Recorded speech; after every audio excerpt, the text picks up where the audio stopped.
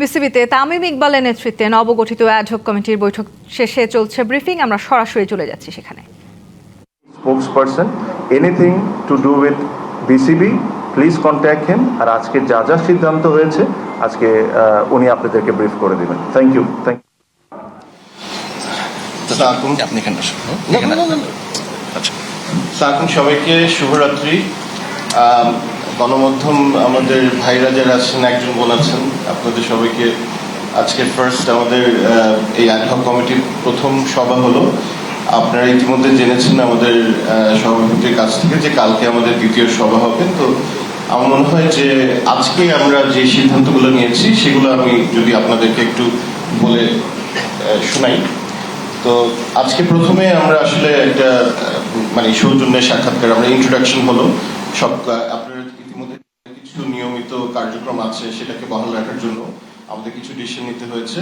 Lily আল্ট্রাসফট serum jail, যা গভীর থেকে স্কিনে দেয় 3 গুণ সিরাম হাইড্রেশন। সিরাম জেল হাইড্রেশনে ব্রাইট থাকো সব সিজনে।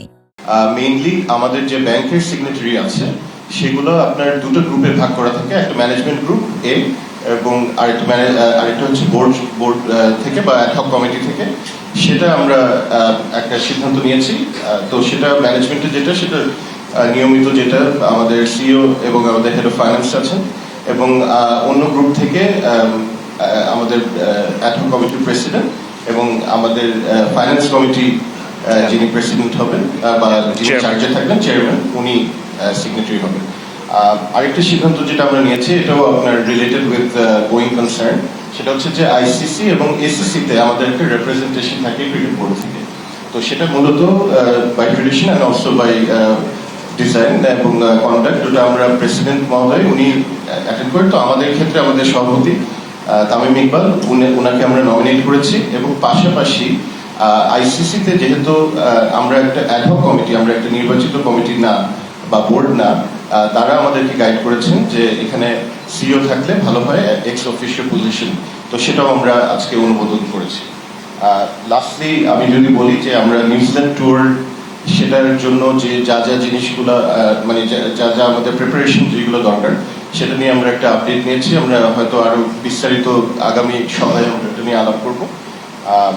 শেষে আমরা এটা একটা সিদ্ধান্ত আজকে তামিম ভাই বলে দিয়েছেন যে রিলাক্টেন্টলি হলেও আমাকে দায়িত্ব দেওয়া হচ্ছে স্পোকস পার্সন হিসেবে। সেটা আরেকটা সিদ্ধান্ত ছিল। আর আরেকটা সিদ্ধান্ত ছিল আমাদের লিগ্যাল কাউন্সিল নিয়ে।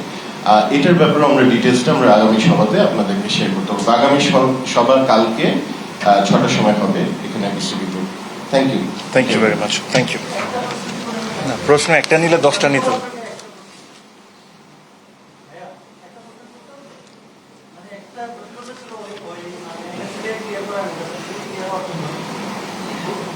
আমরা কালকে সভা করছি, আপনার প্রশ্নগুলো যদি ভাইয়া কালকে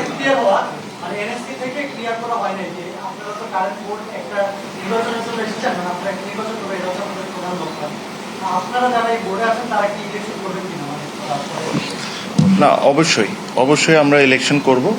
এখানে আপনি আমাকে ব্যক্তিকে জিজ্ঞেস করতে হবে। আমার ইচ্ছা থাকতে পারে আমি করতে পারি, বা ওবার ইচ্ছা থাকতে পারে উনি করতে পারে, ওনার ইচ্ছা নাও থাকতে পারে। আর যখন একটা ফ্রি অ্যান্ড ফেয়ার ইলেকশন হবে, আর খালি আমরা না, যারা যারা ইন্টারেস্টেড, আমি সবাইকে রিকোয়েস্ট করব যে সবাই পার্টিসিপেট করে। বিকজ একটা বোর্ডের ইলেকশন হবে, এটা যারা যারা আছেন বোর্ডের cricketers, organisers, everybody should participate.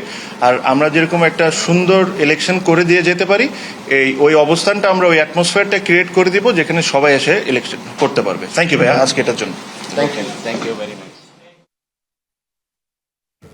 বিসিবির অ্যাডহক কমিটির সভার ব্রিফিংয়ে যুক্ত ছিলাম এতক্ষণ আমরা।